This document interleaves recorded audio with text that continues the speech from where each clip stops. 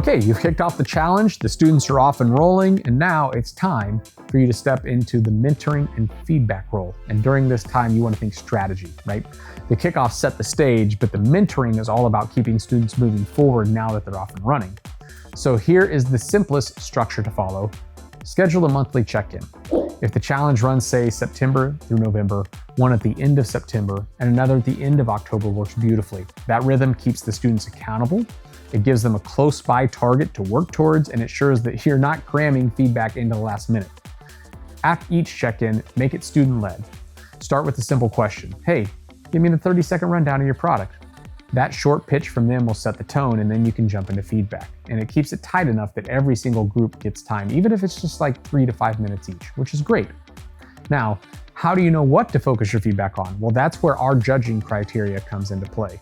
We've given you a printable version to keep handy, not to hand out, and you're not filling it in. It's really more like your compass, right?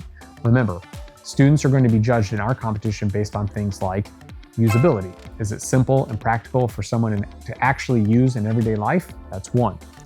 Manufacturing feasibility, could this actually be produced at scale without requiring like impossible materials or processes? Cost and pricing.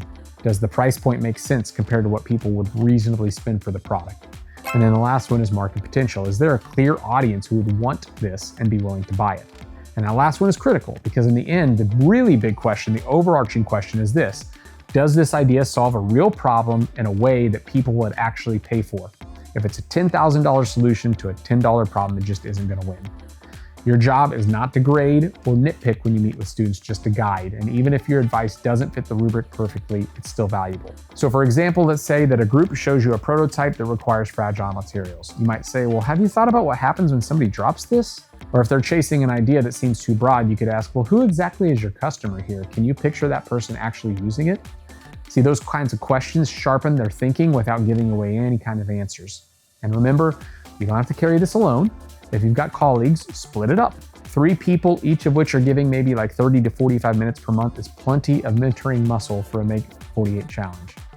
And finally, keep in mind that you may also be one of the judges at the end.